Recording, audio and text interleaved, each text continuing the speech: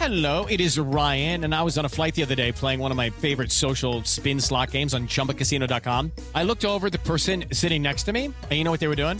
They were also playing Chumba Casino. Everybody's loving having fun with it. Chumba Casino is home to hundreds of casino-style games that you can play for free anytime, anywhere. So sign up now at ChumbaCasino.com to claim your free welcome bonus. That's ChumbaCasino.com and live the Chumba life. Sponsored by Chumba Casino. No purchase necessary. VGW Group. Void where prohibited by law. 18 plus. Terms and conditions apply.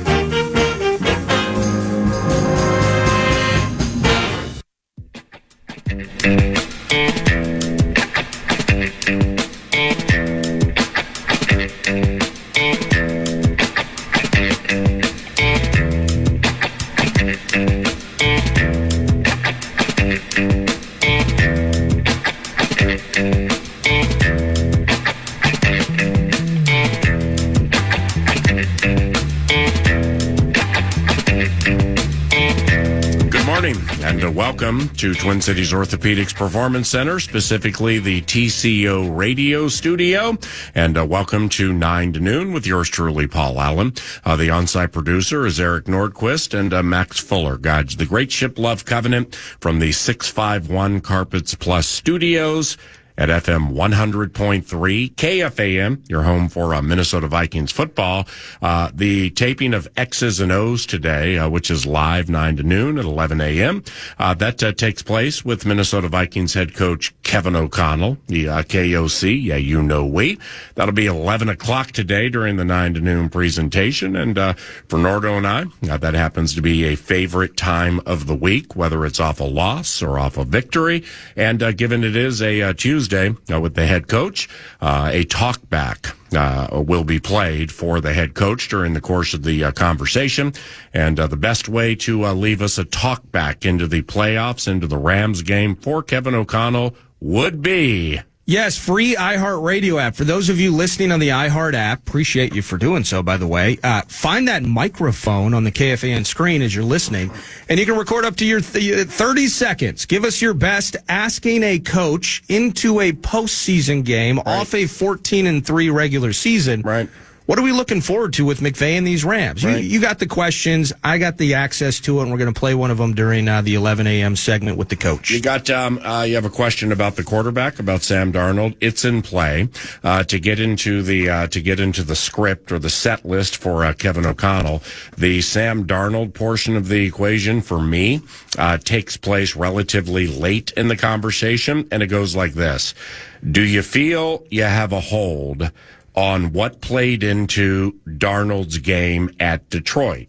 Speaking of abnormalities, because I'm starting the conversation with Kevin with abnormality being the operative word. So yours truly being a leader of a common thread covenant. I like common threads. Right near the end, do you feel you have a hold on what played into Darnold's game at Detroit? Speaking of abnormalities, so if you have you have a question about the quarterback's performance and the anticipated, expected, needed, and or required bounce back in a no tomorrow scenario, absolutely in play. Or really anything else you have on your mind, they'll be vetted out, and we will play one for head coach Kevin O'Connell. Now, this one against the Los Angeles Rams, to a certain extent, reminds me of the end of the 2004 Minnesota Vikings season when they got into the playoffs at 8-8. All right, now not the season. We got 14-3 and we got 8-8. Yeah. So not the season, it's the circumstances. And the operative common thread word here would be bewilderment. Is that there were bewildering factors to things that played into the 31-9 to close the 2-0-2-4. Bewilderment with the quarterback's performance, I think, is a wonderful describer for what transpired at Ford Field just under the cover of darkness and out of nowhere on Sunday night. Now, Sunday night, not only with the quarterback at Ford Field, led to bewilderment overall with some abnormalities that transpired with our favorite football team. Same as with the 2004 Minnesota Vikings and a trip to Lambeau Field. Down memory lane we go. Let's begin the Tuesday provided by Sukup and Sukup.com with a skull story. All right, so here's the deal. At the end of the 2004 season, the Minnesota Vikings needed to beat the then Washington Redskins at FedEx Field in the final game of the season. If you win that game, boom, you're in the dance. That's it. Win the game, you're in the tournament. You're in the postseason. It was a win and in. Win and in. Win and in. Well, they lost. And they lost at FedEx Field. And I think a lot of Vikings fans will remember the circumstances that transpired within the final minute and a half. One day to be HOF, Randy Moss, walked off the field before the game was over and went to the locker room once again before the conclusion of the game. So they're losing. It's a win and in. They're going to lose. And HOF walks off the field. It's caught on camera. It's super negative after that game. It's the pissed off covenant was a 10 of 10 because they were the better team and they lost. And the most identifiable player with the team walked off the field before the conclusion of the game. So the win and in became no win, now drink gin as you sweat the final stages of a New Orleans Saints, Carolina Panthers game.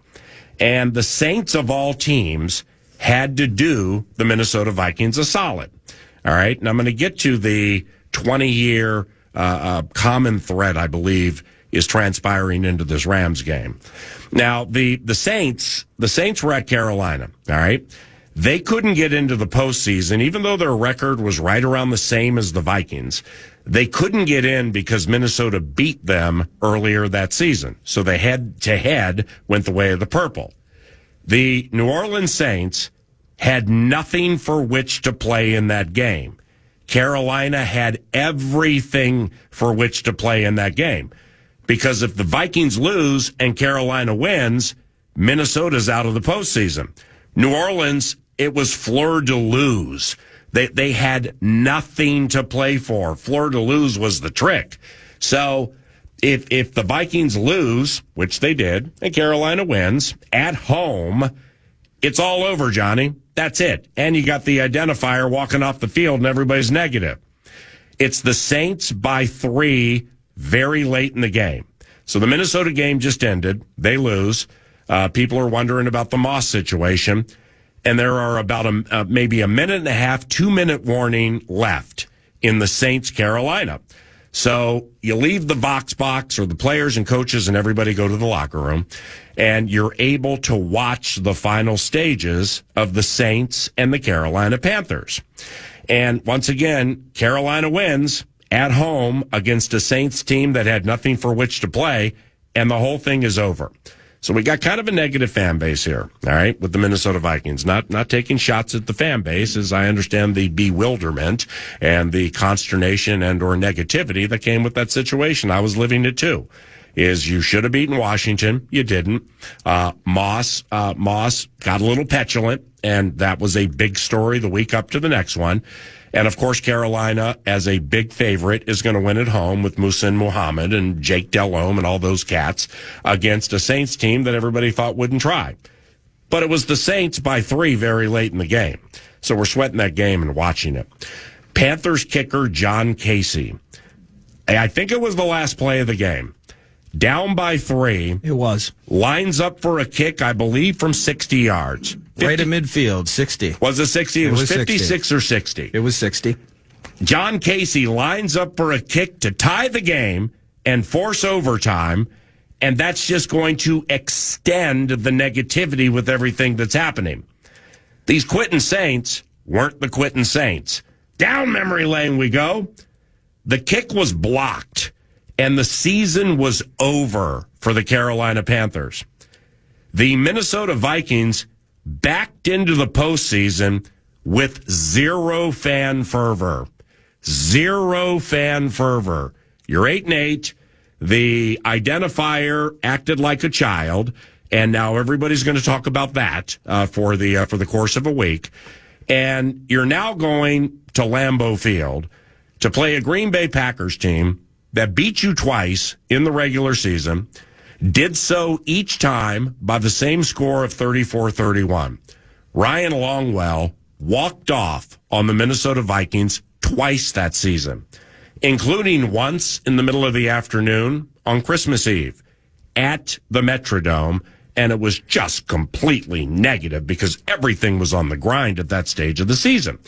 Now, because Casey's kick is blocked by a team everybody thought was the quitting Saints, Vikings lose, back in, beep, beep, beep, beep, beep. The fan fervor was a 1 of 10. Into the Lambeau game, it was a 1 of 10. All right? Fan fervor off the Lions game into the Rams game has a little 1 or 2 of 10 to it, wouldn't you say? I'd say in some ways, in particular with the quarterback, and that's going to be whether it's talkbacks for the coach, your conversation with the coach, and the way that we frame this thing up. I think that the fan fervor is very muted right now. 14 wins, everything's good, so much on the line. And then you see what you see on Sunday night. People are tepid right now. They're certainly apprehensive in relation to that result with SoFi and McVay looming. I can see some parallels there, certainly. So the Vikings now go to Lambeau Field. All right, they weren't supposed to be there. They're 8-point underdogs to a team that beat them twice. From a fan fervor standpoint, it was a 1 of 10. The team rolls up to the team hotel in Appleton, Wisconsin. And at that stage, I had been to that hotel or Lambeau Field, I think 3 or 4 times. And so I knew what it looked like and what it felt like when the Vikings and Packers were playing in Appleton. Yeah. I know and was part of what it felt like Sunday night when the 1,900 tickets were purchased, and those who already had purchased tickets for the Life Changer were there. It was a high level of excitement. It was not necessarily, we're 100% going to win. Everybody knew the Vikings were in the playoffs, regardless of what happened on Sunday night. But the magnification of that situation on Monday night was big, and the proverbial balloon was popped. And the fan base is amazingly negative right now over the way things developed. And ain't nobody mad at you for being negative. Bewilderment. We were bewildered, too, over some abnormalities that transpired from that Sunday night game at Ford Field. So there's the parallel and the common thread. Because when we arrived in Appleton before that playoff game against the Green Bay Packers, absolute ghost town. I mean, there might as well have been tumbleweeds blowing through the streets. The situation at FedEx Field and the winning in going the wrong way and the Vikings backing into the postseason, there was nobody at Lambeau Field. There were a very few amount of Vikings fans who are like, all right, well, here we are. It's close. We're going to purchase tickets, and there will be thousands of Vikings fans at Lambeau Field, which we've seen myriad times, including for the playoffs. They were too dejected. They were too bewildered. The team hotel, crickets.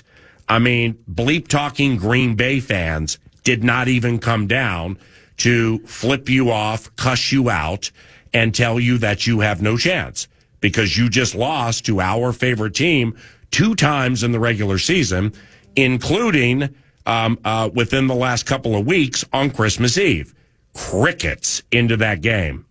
Green Bay, off those 2 victories and walk-off winners by Ryan Longwell, of course, had Brett Favre at quarterback, and they had won the division. And like the Rams, the Packers didn't have the greatest record, and not a lot of people thought there was sense to go to the Super Bowl, kind of like the Rams. But the bewilderment and dejection and what had just recently happened to Vikings fans' favorite team kept them and kept Packers fans away. So the thing went under the radar a little bit, kind of like Monday night at SoFi against the LA Rams. Yeah. Vikings couldn't win the game, everybody thought. And then they played it. And then the boom. And then they played the game.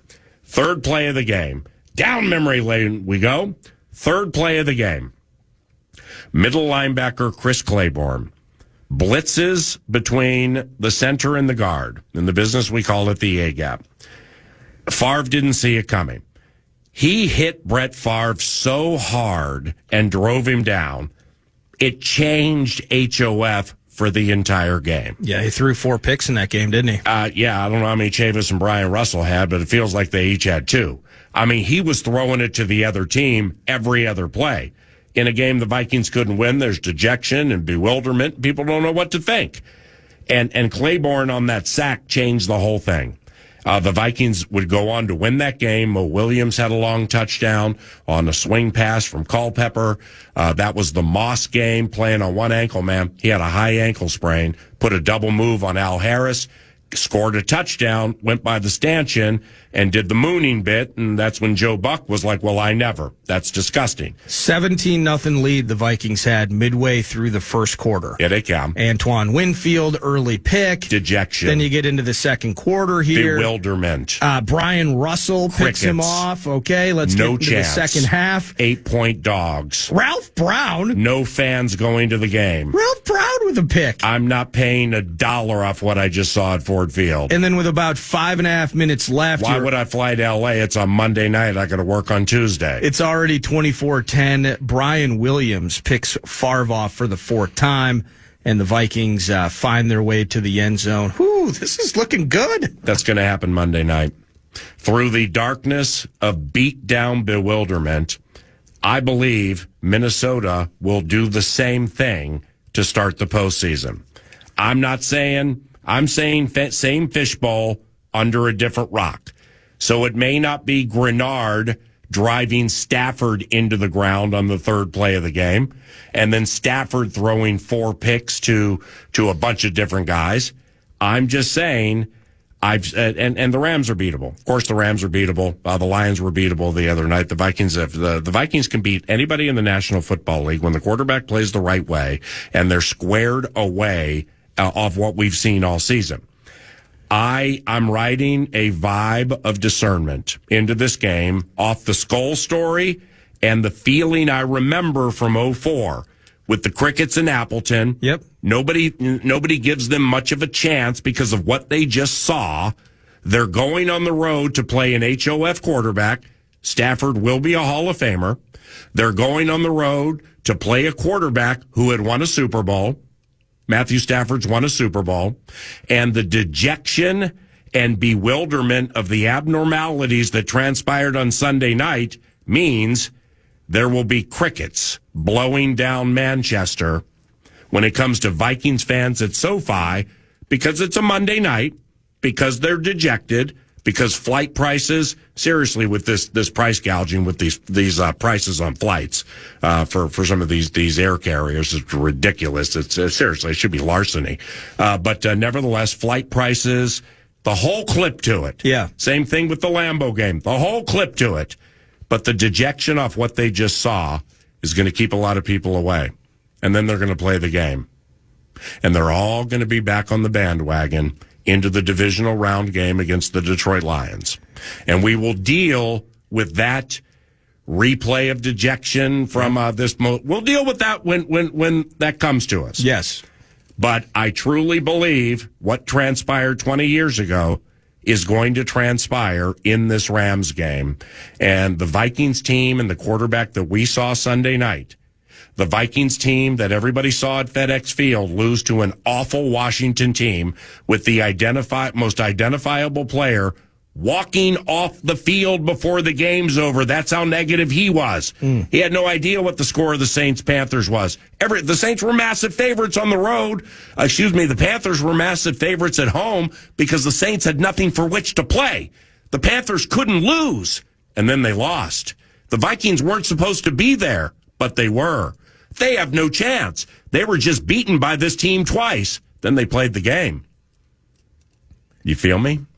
I'm feeling you right now. I'm getting excited on a Tuesday. This is the turn the page moment. I can see the parallels there, and that's going to be whether the fervor is at a 2, as it is maybe today, Thank you. or whether it's at a 2 on Monday. None of that's going to matter if the quarterback's back on his block and the coaches are ready. It's McVay 2.0 and the ability to go win in a not exactly hostile home field advantage environment. Right. On Tuesday morning, you're going to be here, short sleep. I'm going to be here, short sleep.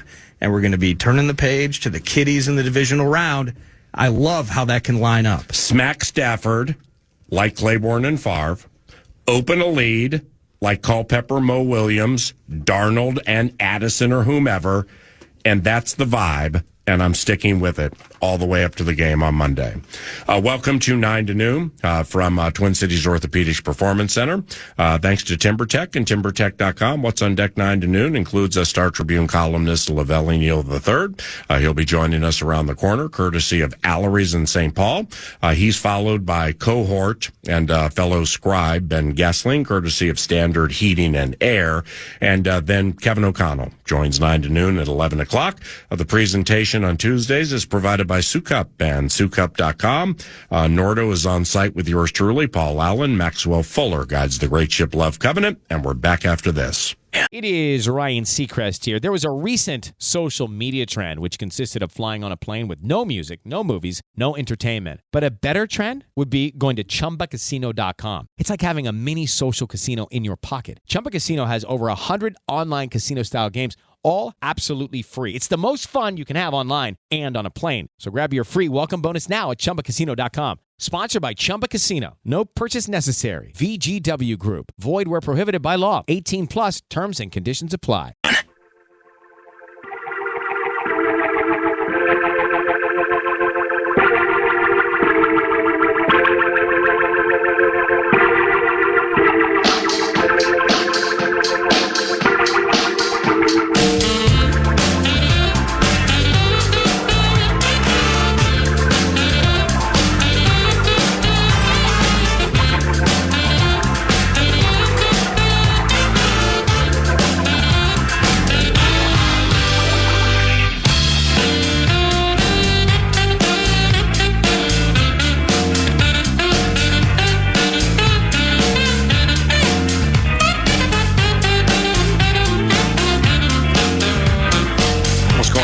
Lavelle Neal III, columnist for the Star Tribune, courtesy of Allery's Bar and Barbecue, home of free parking and wild shuttles. Hello, good morning. Good morning. I was scheduled to write for tomorrow's paper, so I was kind of writing my column in my head when I started driving, and I was literally driving toward the Star Tribune office, and I got to 94, and I said, "Wait a minute, I'm going the wrong way." Wow! I had to turn around and hightail it over here. Well, that's crazy. Are you a dictator? What do you mean? You would vocalize, speech to text? Yeah. Are you iconoclastic? No, I wouldn't say that. Speech to text. Thought to speech, but not speech to text. Okay. I'm just curious. Yeah. I'm just curious how that works because as a non-writer, I'll write bullet points down that spark something in my head so I can fill a segment, for instance. Me too. But if I'm in the car and I have ideas, I know people will you'll record pressers or interviews that you do. How much can you do to simplify your life from a physically speaking the column into existence and just having a computer program write it out for you? Yeah, that's step number one to AI costing you your job. Exactly. You brought that Sounds up, great. and that's the last thing a sports writer wants to even consider. And actually, there is a program out there called Sports Writer where if you put in some basic facts, it can turn out like a short I'm talking about you physically just instead of typing it out, There are these programs have been around for 20 years. Speech to text. That's all I was asking. Oh. I didn't mean to make it. No, I'm not trying to take your job. Well, I have those apps on my phone. We've talked about AI articles and things and how freaking awful they are. Yeah, I've got Otter on my phone. Okay, that's all I was curious Yeah, about. That was it. if I had some thoughts I want to verbalize and didn't have a printout of it, I could actually do that. You know, Sports Illustrated, magazine immortality was something for which I still pay, and I still get Sports Illustrated mailed to my house. For the bikini issue. It's probably 35 years for me. For some reason, even though I don't look at it necessarily all the time, I just like having Sports Illustrated and saving them, because like I've looked back through boxes of Sports Illustrateds I have from the 70s and 80s. I mean, I got Pete Rose winning the MVP on the cover. I got the Herschel Walker trade. I don't know what they're worth, but I mean, I have some immortality related Sports Illustrated cool history, issues. really. This is like 40-year-old virgin keeping his toys. But I think Sports Illustrated off AI generated articles where they got in some trouble with that, right? Yeah. Yeah, a lot of trouble, right? Okay, I think they're reeling, and here's why. Because my subscription for Sports Illustrated ends at the end of each year. Right. And even though they do have the backdoor scam of it's going to re-up unless you tell it not to re-up, everybody remembers that, right? Exactly. But they always send an actual physical reminder where you have an option here. You can either pay for it online and it automatically re-ups, or you can send in a check for this deal. Well, here's the Sports Illustrated digital online and the physical copy of the magazine deal that I got in the mail yesterday. You can get 2 years, okay, of the magazine and the digital for $30, where it's normally $120 something. Wow. It's like normally $120 something for a year. Now it's like, no, it's not $120 for a year. It's $40 for a year, I think. $30 for 2 years if you sign up right now. So I'm not sure this sucker's about ready to go out of business, and they're trying to recoup some cash. And when you see that type of sale. Yeah, it was a red flag. Well, that's no different than in the 90s when, and I hate to admit this, so I hope none of the music labels are listening. You subscribe to Swank? You get the This is a Napster bit. you get the magazine, you get the BMG or the Columbia House bit where you get 6 CDs for a buck. Oh yeah. As long, like Britannica with the encyclopedias. and then you have to buy 2 full price CDs over the next year. Well, maybe let's just say like 8-year-old Nordo signed up for the 6 CDs for a buck thing. Maybe just didn't come through on the 2 full price CDs bit, and my mom was getting calls. So, but I mean, they've always had those deals. Magazine subscriptions. Suddenly, it's highlights, and it's, for me as a kid, some of that stuff at a super low price. Maybe Eric signed up for some things as a child, but times change. Those things have it. Did you change your name and sign up twice? No, I've never did that. But for name branding and or magazine immortality. Yep. SI. All right. SI. Steve Russian at the back. Rick O'Reilly. Everybody started reading Sports Illustrated with the back page. Right. Not the back page, but the last page in the magazine.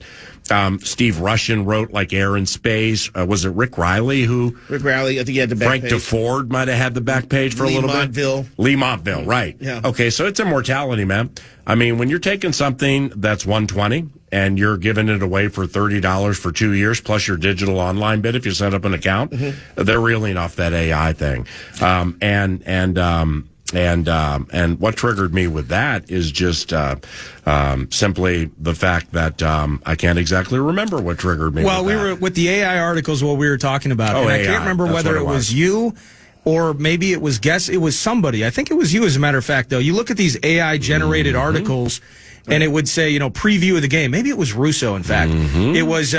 Matt Boldy has scored goals in his previous 10 games. Yeah, that's what it was. That's artificial intelligence previewing an NHL game for you.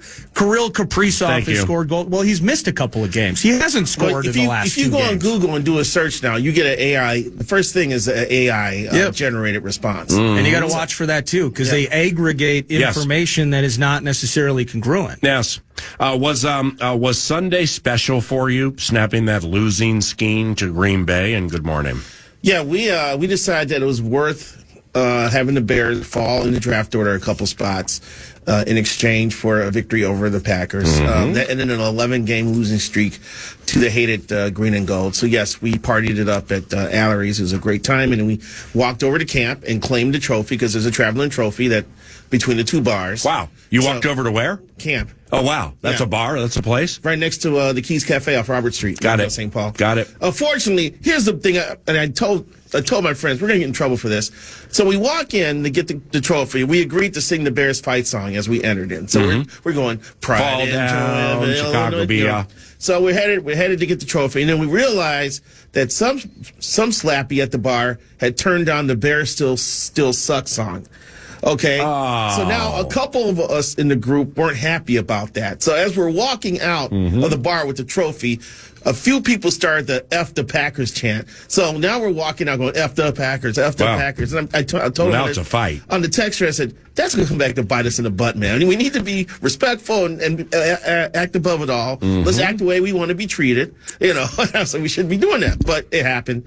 So, but the trophy's now sitting in the Legend Hours. Good. What do you think of the reports of the head coaching candidates who are set to be interviewed by the Chicago Bears? Because one of them is, I believe, a direct link from Kevin Warren when he was here with the Minnesota Vikings, being very impressed with then wide receivers coach Drew Petzing, who went on to become offensive coordinator for the Cardinals. And he's from this, I mean, if Stefanski's a tree, he's a limb. So when I saw Petzing's name pop up in this thing, I believe it's A, off the work Petzing has done to earn the right. But B, Kevin Warren going to somebody, I know this guy. He's unbelievably smart, which he is, and let's consider him. Well, I think when you do your searches, you want to cast a wide net, because this is not what happened the last time. Ryan Poles is hired. 3 days later, he hires Matt Eberflus. I hate that process. He just, in 3 days, he has his guy. I'm like, really? Did you really have your guy after 3 days? Right. So I like being as thorough as possible and bringing as many people as possible. Apparently, they are interested in talking to Mike McCarthy, which I'm fine with. I don't even mind bringing in Pete Carroll. Why are you fine with them talking with Mike McCarthy? Because he's got experience. He's won a Super Bowl. He's done something right in his career, And here's the thing. To me, like, even if you bring in a Pete Carroll, I have a conversation with him, there may be some things that come up during that conversation that helps you with the rest of your search. Fair point. So you tap into the brains of these experienced minds. Fair point. To see if there's a fit, or it may lead you down the path of finding the right person after that. So I'm fine with the Drew Petzing connection. Ryan Poles and Brian Flores played at Boston College together. Right. And they want to talk to Flores. So you start as broad as possible and you narrow it down as you go. Now there also, are reports coming out of Detroit. It's starting where Ben Johnson is basically there. I don't know if Ben's saying it, but they're kind of like, don't be surprised if he's with the Lions covenant next year moving forward as offensive coordinator and does not take a head coaching job, which plays into, and I don't go with this like loudly because the source is good, but I mean, it involves somebody's personality and I'm not there to see it firsthand. So therefore I don't like to be the one to throw that tomato can from the third deck. However, now that this has happened for a third consecutive year where I'm not sure Ben Johnson's going to take a head coaching job, and he's the most coveted of all of them, Ben's a genius. Ben's brilliant. Ben organizes offense and catches you off guard as well as anybody in the last 20 years of football. When it comes to being the centerpiece of an organization and getting in front of the entire covenant and galvanizing the entire covenant, I've never, I've watched some of his press conferences, but I've never seen him in front of people and how he handles meeting rooms and stuff like that. But these jobs are hard to get, man. And if the Chicago Bears with Caleb Williams and with that market and that money, if they want you and you don't take it, then I'm wondering truly how deeply Ben Johnson wants to be a head coach in the National Football League and what fear he has with what's holding him back, what's scaring him from taking that leap, because 9.6 out of 10 times opportunity like this, they take the first leap. Okay, they take the first one. Like Stefanski went to Cleveland with Baker. Now Baker was different then than he is now, but Kevin knew what he was getting into, but he took it. Because they're hard to get, man. You know what I'm saying? Yeah, what a bad deal for Kevin, by the way. And the thing about Johnson, you keep hearing different things with Johnson. Okay, Jacksonville may be a better, more attractive place than Chicago. During the season, my buddy Clarence Hill Jr., who I work with in Kansas City and covers the Cowboys, he was on a podcast claiming that Ben Johnson wants $15 million a year. Oh. So now Andy Reid makes 12. Yeah. Why would you all of a sudden? Are you kidding me? Yeah. You walk in through the door wanting $15 million, and then you hear about Ben Johnson only is going to interview with teams where he really wants to go and will accept the offer. I was like, what the hell does that mean? So these weird stories are coming out with Ben Johnson. I'm trying to figure out what's BS, what's real, what's being flowed by his agent, or what's going on with all this. Yeah. Well, the one thing I'm curious about, and maybe this isn't just Ben Johnson, but the specific situation, I would actually liken it to Brian Flores as well, as he potentially might go out and seek his second head coaching opportunity. Is there any part of these guys, when you think about how the quarterback and certain things could dictate your tenure as a head coach, where there are so many variables now where coaches, you're getting 2-3 years with an opportunity. The Giants actually showing more loyalty to Dable than I thought they would. I thought he was done. Yeah, me too. But the idea that, man, if I'm Ben Johnson, I'm on to something here where we're potentially in the race for the ring for the next half decade. And I can make over, I'm not on the salary cap. I can make $2.5 million a year. Yeah. Or I can be put in a spot where I'm going to a franchise that has had historical issues in Chicago. And a talented rookie QB off the first year, now he'll be in his second year. I can go to New England, who just gave Gerard Mayo, who probably shouldn't have gotten his first year, but they gave him a one-and-done opportunity with Robert Kraft's crew. He got screwed. Drake May, talented. I kind of think he did, too. Yeah. I don't think he got a fair shake up there. No. But so with that said, I can go and try to completely, I'm following a legend in Bill Belichick as well, by the way. And then, the Saints, come on, Ben Johnson, Spencer Rattler, have you watched that mess? That's awful. So if I'm Ben Johnson and I'm thinking, and maybe it's new age, it's comfort, it's stability.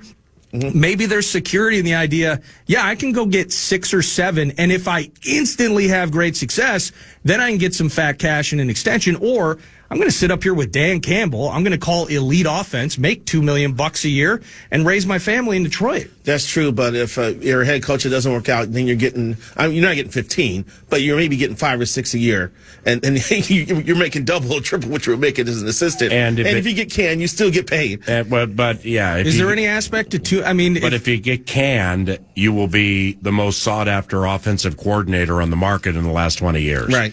So there's something with Johnson. I see, and what Nordo just said with Johnson, the first 2 years, he's like, no, I'm good. Okay, yeah, I agree. And they ran for the Super Bowl last year and had a great chance to get there, got beat late by San Francisco, didn't get there. They might get there this year. But if he turns everything down after this year, I just think there's more to it. That either he's being sought after, so I don't think it's other people being like, well, we know some things, that we just don't want to. I don't think it's that. I don't know what it is, but if he turns down an opportunity 3 consecutive years, there's more to the story, man. Another thing too about Ben, there was another report. I've been monitoring this over the last couple months. That he throws tantrums. No, that is a former front office person with the Lions is now an assistant GM with the Commanders, and that he might want that guy to be a GM, his GM. Yeah. If he comes to Chicago, which puts Ryan Poles in the crosshairs. So but all these different Ben Johnson angles have been popping out here. Yeah, but just look at the way this thing's building up off the reports. Yeah. Oh, what? He wants 15? Oh, what? He has to handpick the GM? Yeah. Oh, what? He gets complete control over personnel? You see what I'm saying? Okay, you run the stumble bomb and nobody's seen it, and you did it to perfection. That does not mean you can run an entire organization when it comes to personnel and handpicking people at $15 million a year. And Are you kidding me? That's why I think maybe there's some self-awareness here, where you're putting out these, and if these are rumors, agents are playing their part in this too.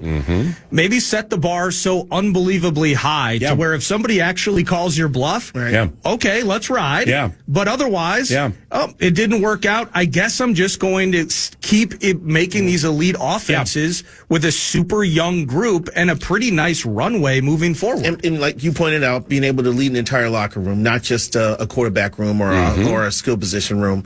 And two, I got to know who you're going to bring in for assistants. Who's going to be on your coaching staff? Right. Give me some names. What connections do you have in the league that gives me confidence you can put together a rock star coaching staff? Amen. Anthony Edwards gave us a memory last night. We'll discuss that and more with Lavelle Neal III, columnist for the Star Tribune. He's a quarter-century member of the Love Covenant, now sponsored by Allery's Bar and Barbecue, home of free parking and wild shuttles. This is 9 to noon. Step into the world of power, loyalty, and luck. I'm gonna make him an offer he can't refuse. With family, cannolis, and spins mean everything. Now, you wanna get mixed up in the family business. Introducing The Godfather at ChumbaCasino.com. Test your luck in the shadowy world of The Godfather slot. Someday, I will call upon you to do a service for me. Play The Godfather, now at ChumbaCasino.com. Welcome to the family. No purchase necessary. VGW Group. Void where prohibited by law. 18 plus. Terms and conditions apply.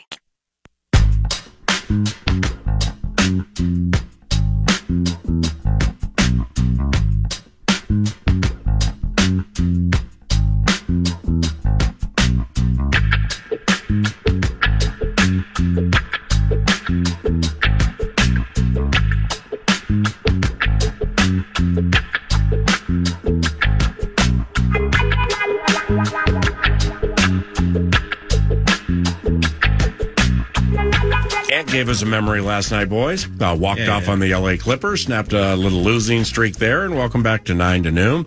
How about the weekend for yours truly? At Little Caesars Arena Saturday night for Wolves Pistons. And, I mean, Edwards has 53 and they lose by 20? Something like that? Yep. Well, didn't he have, part of that 53, too, I saw some snarky related responses to that, that it was 53, and I think at one point he had 30 and like one assist. Yeah. And so you were at the game, you felt the vibe. We didn't really talk about it yesterday, but it did kind of feel like that. It just watching it go through where Edwards was going to get his. There was no Jaden Ivey in the mix. Yeah. But for some reason something wasn't clicking. I thought it was kind of an ugly game. What do you think? Well, Julius Randle should not have suited up. I mean, that's about the only way to put it. He should not have suited up in that game. And really that comes with no due respect, because I'm tired of saying with all due respect involving his game. And I'm talking about lack of effort on defense, lack of getting back when Cade Cunningham and Tim Hardaway Jr. and Malik Beasley are streaking down the court. Cade Cunningham's the bomb. Yeah. Seeing him live was a privilege. Holy cow. I've seen him play before. When he's 10 to 10 healthy, he is a problem for the NBA. Cade Cunningham is sweet. Malik Beasley and Tim Hardaway Jr., they've seen their better days, man. So has Isaiah Stewart. And those are the players that were beating the Wolves and beating them repeatedly. And like Randall was out to lunch, man. He'd beat somebody off the dribble. He'd be right under the basket. There's a layup, and then kick it out in the corner to Conley. All right, so you're chasing 17 points. Yeah, you need threes. And then Conley short arms it, and it hits it front rim. He front rims it, and it's a brick, and it goes the other way, and they get a dunk. So it was like an evening like that. So now we fast forward to last night. And Conley, who's got some basketball immortality to him, he's a consummate gentleman. He's had a wonderful career. Right. He gets benched, and they start Dante DiVincenzo, and they win a game.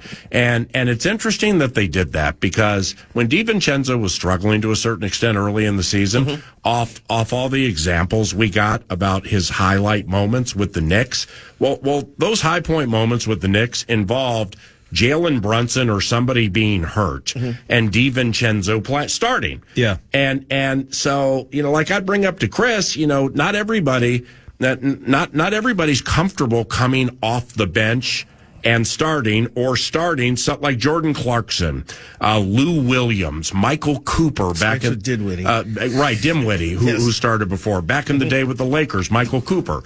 When he started, he wasn't the same as Sixth Man of the Year who came off the bench. Who's a microwave? Vinnie Johnson. Vinnie Johnson, Pistons, Adrian Dantley off the bench. Thank you.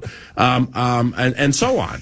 So DiVincenzo gets into the lineup, didn't shoot that great, but he had a bunch of boards and he had more pop to him than some of of these games I've seen this year, but they were able to win last night. Ant walked off. I felt good for Ant-Man. He walked off with that long three, and he was yelling at the crowd and everything, just feeling good about the whole thing, so they needed that. Two things. First of all, did you holler at Chauncey Billups when you saw him at the game? No, J.B. Bickerstaff coaches the Pistons. All right. I wanted to say hi to J.B. Bickerstaff, but I couldn't get backstage. Gotcha. Two, Julius Randle's games, it's irking me. I don't want to say I'm totally pissed off or angry or mad, but one, I don't know why he's not rebounding the way he did last year with the Knicks. Right. Two, defensively, he doesn't move his feet. He just doesn't. There's something there where he just can't keep up with dudes. And I was like, how come this is a problem with the Wolves? I don't remember him being this much of a liability on defense with the Knicks, but it's been an issue here. And that's bugging me about his game. I'm glad they won with DiVincenzo start. I feel bad for Mike Conley, but he's got off to a terrible start. He's shooting like, 35? Is it up to 35? Yeah, he was like aged 32% in the first month. He aged 10 years over the summer. Yeah. There's no doubt. So I don't get that. And I'm also putting some of this on Finchy, too, because I think some of these adjustments need to come quicker. And as I demanded earlier in the year, you got to use the hammer. And the hammer is the bench. And once you start motivating people by leaving their ass on the bench, especially in the fourth quarter and crunch time, they'll respond. Yeah. So, we need to see more of that. I think you're right. When the trade was made and Randle and DiVincenzo were here, one thing that excited me about DiVincenzo was not just all the triples, but the fact that I liked the way that he was used, not as a third guy, not as a third guard on the court and playing deep, but as an actual two guard or a guy that's ball handling at times. The way that he was used, both when Brunson hurt his hand and Miles McBride, they have Miles McBride, their backup guard in New York. He spent some time on the shelf, and they put DiVincenzo in those spots, and he flourished. Secondly, Conley. What Finch is, I feel like, and obviously I haven't talked to Finch about this, but down the road, I feel like this is going to happen. Last night, specifically in the Clippers game, you start the game with DiVincenzo. That's awesome. But late in the game, they had a player mix, which was, I believe, off the top of my head, it was Conley, it was Jaden, Ant, Nas, and Rudy. Randle on the bench. And that was some of the best that we saw from that team in the game last night. So if they're finding ways with limited minutes to mix Conley in, and maybe that's a second half situation, and you're finding good player mixes where you're using Nas in bigger spots and you're using Randle, just rip that Band-Aid off and do it and make it happen, because that looked better, more aesthetically pleasing, more effective on the court when Randle was drinking water in a chair. That's what I want to see more of. I have no problems with that, and I think sometimes it's going to have to change. One day it's going to have to be Gobert on the bench in the fourth quarter. Another day it's going to be Randle. And Finchy's got to react to how these games are going. But when this trade was made, I thought the Wolves getting a pair of dogs. I thought DiVincenzo was a dog. I thought Randle was a dog. I think we're starting to see that from Dante. Not sure if we're seeing that from Julius. Yeah, it was. I think it was wishful thinking. I'll say at least it was on my part, where you're saying, here's what Tibbs got out of him, and then you're hearing. But we're not getting what everybody else got from him. No, I understand that. But so I think it begs the question. Sorry to clip, but I mean we're staggering here. Stammering. Does he want to be here? If you don't want to be here, man, it's like I've just seen things online, whether it's involving family members or whatever, where I just don't get the feel that the concrete jungle to the cornfields bit has exactly hit him and his covenant, the way we would hope it would. Well, but that's what I'm saying is that Tibbs got something out of him, but then he comes to Minnesota. And the New York Knicks fans were not sad to see Julius Randle go. Right. So there can't be a romanticism between Julius Randle and the concrete jungle, as you're saying. So we didn't get what maybe especially he missed half the season last year, but prior to that, very good player. He was talking about, man, the best, the revelation or the resurrection of my career post LA was with Finch in New Orleans. Okay, well, he's crediting this guy. Right. He's with this guy, and now we're not getting anything from this guy. So maybe it's the honeymoon of, oh man, it was pretty good with the Knicks, and I screwed that up, and now I'm here in the cornfields and it's super cold. I don't know what the hell the deal is. Yeah. But it needs to be shoved to the bench. I mean, Finch is going to have to do some of his best coaching in his career over these last so many games to make this thing work, and I don't think it includes Randle in a big spot. Be happy that traffic isn't as bad as it is in New York.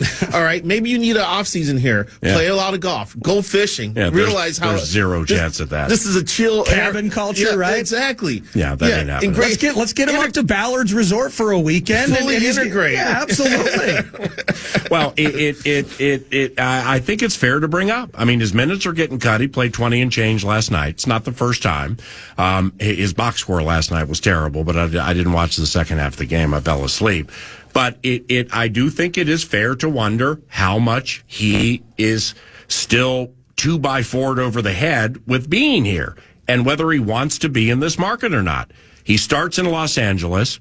From Los Angeles, he goes to New Orleans. New Orleans is a smaller market than here, but it's New Orleans, all right? Bourbon Street, Frenchman Street, the whole thing. And then he goes to the concrete jungle. Now he's in the cornfields. It's like, man, if you don't like it here or you don't like your situation, please make it known so they can move on without you. Because he's not the same guy that he was with the New York Knicks. No, 5.6 rebounds? For what, the year? Julius last night. What? 5.6 rebounds. For the season, right? Yeah, how does one have 5 point whatever in like a he game? didn't have a fraction. 5 points he scored last night. 5.6 rebounds. Yes, his shooting was terrible. He played like 23 minutes. God, 2 of 10 from the field. So in the end, I mean, at the risk of repeating myself, which I'm going to do, I feel like on the front end, I don't want to say that we were sold a bill of goods. I just think that whatever that sentiment was in leaving New York and the opportunity here with a team that was in the conference final and the mix and the rough start to all of that, at some point, who's going to rise to that challenge and change? And if Randall, because that was a conversation, Randall was going to have to maybe adjust in the same way we talked about Carl adjusting to Rudy. Mm-hmm. Randall was going to have to adjust his game into this mix with Ant and what we have here. There's been no adjustment, and it's not working, and so Finch is going to have to handle business. Before you leave, can you give us your best 90 seconds on something you wrote that I'm sorry I didn't read? 2025 Minnesota sports can be legendary. What from 2024? Like what potential legendary aspects are there? And before we giggle, like the announcer never reads the columnist's work, I read Dan Campbell, The Big Lug. I read the Golden Gophers Aim Higher. Yeah. Okay, so now I got all your albums. I happened to miss one song on an album. Now we're giggling at the announcer. So the 2025 Minnesota sports can be legendary. How? Well, here's the thing. Once you look back at last year, a lot of good stuff happened in this market. And being a Chicagoan, Chicago just has worst sports year ever. Ever. Bulls, Bears, wow. White Sox, wow. Biblically bad. Yeah. Here, the Lynx went to the finals. Mm-hmm. The Frost won the championship. Mm-hmm. The Wolves made the Final Four. Mm-hmm. The Wild are among the best teams in NHL, winning games now without Kirill. Mm-hmm. Vikings overcame 6.5 win estimates at the beginning of the year. I mean, bam, bam, bam. A lot of cool stuff has happened. Okay. And I think it's a slingshot into this year where we're seeing the Wolves trying to work things out, but the Wild are rocking and rolling. The Vikings are still one of the best teams in the league. I'm putting Vikings fans on my chaise lounge today and trying to help them process what happened on Sunday so we can get focused on kicking ass a week from yesterday. They're going to win Monday night. Yeah. So there's a lot of positivity right now in the sports thing. PJ Fleck Gophers just won a bowl game. Flava Flav, though. You know what? PJ with his roller boat Sky Yamon stuff, authentic PJ was when he was like, it's Flava Flav. Yeah, holy crap. I know. That was authentic. Yeah. I loved it. I agree. So, but Gopher football, they've kicked butt in the transfer portal. I'm demanding 10 wins because now you can be within a shouting distance of the football playoff if you get the double-digit wins. There's a lot of positivity going on in the market here. And I just think that 2025 could be a big year. We love when you talk like that. Thanks for stopping by. Next Tuesday in question as to whether we're here or not, and we'll let you know. Oh, that'll be after the game. Yeah. You won't be back in time. Are you going to the game? No, I'm not. We already had it scheduled. Got you. So it'll be you in studio next week. No, we're not going to. We have enough to worry about with the next two segments to ponder where we're going to be next Tuesday. So we're going to depart by saying that we love you. We appreciate your contribution. Thank you, Allery's Bar and Barbecue, home of free parking and wild shuttles. And we will, if you are so inclined, we will see you somewhere next week. Absolutely. Thanks for having me. I love you guys, too. Ben Gessling, the scribe, joins us weekly to chat Vikings football, and he's next. How to have fun anytime, anywhere. Step 1. Go to ChumbaCasino.com. ChumbaCasino.com. Got it. Step 2. Collect your welcome bonus. Come to Papa welcome bonus. Step 3. Play hundreds of casino-style games for free. That's a lot of games. All for free? Step 4. Unleash your excitement. Chumba Casino has been delivering thrills for over a decade. So claim your free welcome bonus now and live the Chumba life. Visit ChumbaCasino.com. VGW Group. No purchase necessary. Void where prohibited by law. See terms and conditions. 18+.